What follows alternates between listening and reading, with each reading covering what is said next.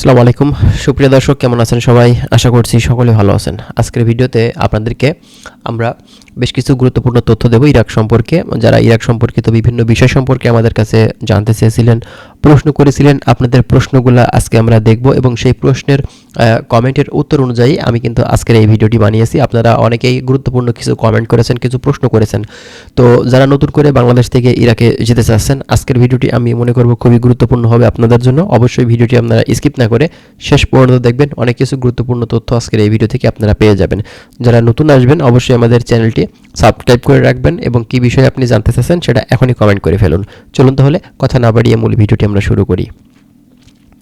First of all এক ভাই comment করেছেন, নাম হচ্ছে আলামিন হাওলাদার। উনি লিখেছেন, ভাই ইরাকের এয়ারপোর্ট জব কেমন এবং স্যালারি কেমন দেয়, একটু অপরচুনিটি বলবেন। আচ্ছা, কথা হচ্ছে ভাই ইরাকের এয়ারপোর্টের যে কাজটা, এখানে মূলত আসলে স্যালারি দিয়ে থাকে 400 থেকে $450, যেটা বাংলাদেশি টাকাতে আপনার 48 থেকে দেখা যায় আপনার 50-55 হাজার টাকা এর ভেতরেই।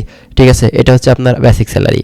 এখন আপনি যদি এর ভেতরে গিয়ে এক্সট্রা ইনকাম করতে পারেন, যদি আপনার সেই সুযোগটা হয়ে থাকে, সেটা কিন্তু দেখা যাচ্ছে আপনার জন্য ভালো হবে। দেখা যাচ্ছে যে আপনি আরও কিছু ইনকাম সেখান থেকে করে নিতে পারবেন। ঠিক আছে, সুযোগ সুবিধার কথা অপরচুনিটি বলতে গেলে আপনার হচ্ছে থাকা খাওয়া সম্পূর্ণটাই মালিকাই দেয়। এটা কিন্তু ভালো একটা সুযোগ। এজন্য ইরাকে যারা যায় মূলত তারা যে স্যালারিটা পেয়ে থাকে সম্পূর্ণটাই বাংলাদেশে পাঠাতে পারে। পকেট করে যে টাকাটা সেটা কিন্তু দেখা যাচ্ছে যে কম বেশি সেখান থেকে আপনার বকশিস টকশিসে হয়ে যায় কম বেশি আর কি। ঠিক আছে, তো যাই হোক আলামিন ভাই আপনাকে ধন্যবাদ কমেন্ট করার জন্য।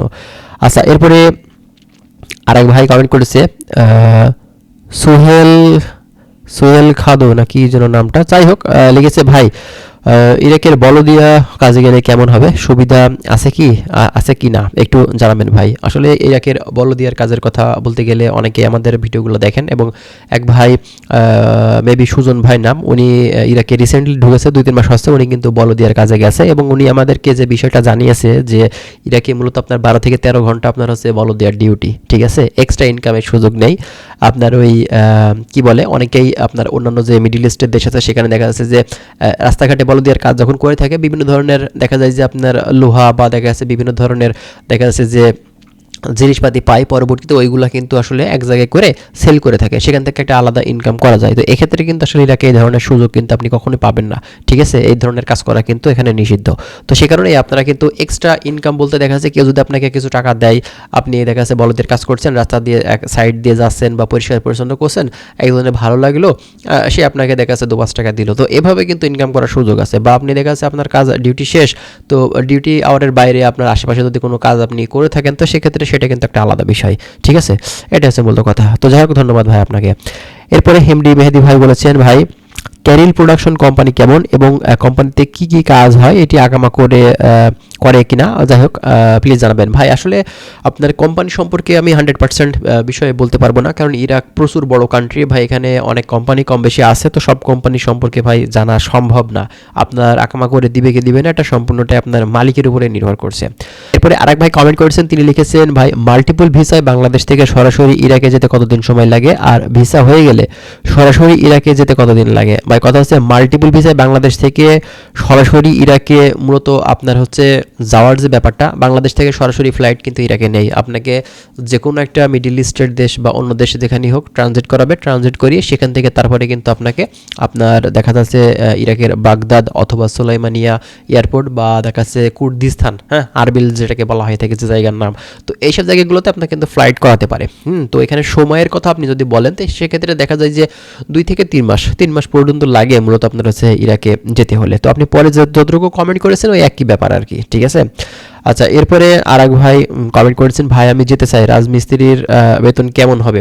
আচ্ছা, রাজমিস্ত্রির যে কাজটা এখানে মূলত অনেকেই আছে নিজে নিজে মনে করেন আলাদাভাবে নিজে কাজ খুঁজে কাজ করে থাকে, অনেকে দেখা যাচ্ছে কোম্পানিতে গিয়ে কাজ করে। তো এটা কিন্তু আলাদা হিসাব নিকাশ। মূলত যারা নিজে নিজে কাজ করে থাকে, নিজে কাজ খুঁজে কাজ করে থাকে, মূলত এইসব মানুষগুলো কিন্তু পুরানো লোক, নতুন লোক কিন্তু কখনোই গিয়ে পারবে না। যেমনটা ধরেন বাংলাদেশে বাংলাদেশে একজন এক জায়গাতে কাজ করছে, কাজ করতে করতে তার অভিজ্ঞতা হয়ে গেছে, আশেপাশের লোকজন চেনা হয়ে গেছে, দেখা যাচ্ছে আপনি সেখানকার ভাষা শিখে গেলেন। তো সেক্ষেত্রে কিন্তু আপনি কাজ খুঁজে খুঁজে কাজ ধরে কাজ করতে পারবেন, ঠিক আছে। দরকার আরও আপনি 2-5 জন লোক আপনি দেখা যাচ্ছে যে নিজে খাটিয়ে নিজে সাথে রেখে কাজ কন্টাকে নিয়ে আপনি করতে পারবেন। কিন্তু সেই পর্যন্ত যেতে হলে আপনাকে অনেক সময় দিতে হবে, ভাষা শিখতে হবে। আর যদি আপনি হচ্ছে বিল্ডিং কনস্ট্রাকশন কাজে কোনো কোম্পানি থেকে যান, সেক্ষেত্রে দেখা যায় আপনার স্যালারি $400 থেকে $500 ভিতরেই হবে। আর বেশিরভাগ ক্ষেত্রে $500 হয়ে থাকে, যেহেতু আপনার এটা অনেক কষ্টের কাজ। যদি কোম্পানি ভালো হয় এক্ষেত্রে আপনার 8 থেকে 10 ঘন্টা ডিউটি হতে পারে, এবং আপনার যদি কোম্পানি ইরাকি কোম্পানি হয় সেক্ষেত্রে আপনার 12 ঘন্টা অথবা 13 ঘন্টা পর্যন্ত ডিউটি করা লাগতে পারে।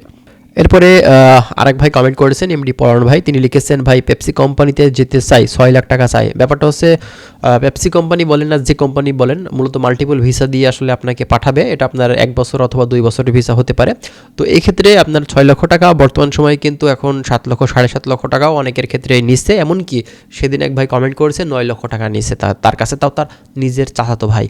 তো আসলে ব্যাপারটা কি, বর্তমান সময়ে আপনার ইরাকে যাওয়ার খরচটা কিন্তু অনেক বেড়ে গেছে। তো এক্ষেত্রে 6 লক্ষ টাকা যদি আপনার কাছ থেকে নিয়ে থাকে তো এক্ষেত্রে ঠিক আছে ভাই, সমস্যা নেই।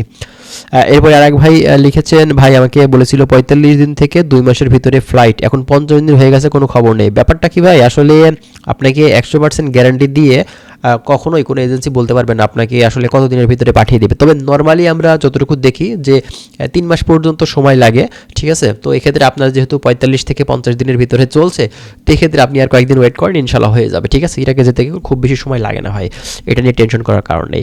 তো যাই হোক, আজকের ভিডিওটি আমরা আর বেশি লম্বা করতে চাচ্ছি না। যারা কমেন্ট করেছিলেন আপনাদেরকে অসংখ্য ধন্যবাদ ভাই, আশা করছি আপনার উত্তর পেয়ে গেছেন। আর যারা এত পর্যন্ত আমাদের ভিডিওটি দেখছেন অসংখ্য ধন্যবাদ। যদি আপনাদের কিছু জানার থাকে কমেন্ট করবেন অবশ্যই। ভালো থাকবেন, আল্লাহ হাফেজ।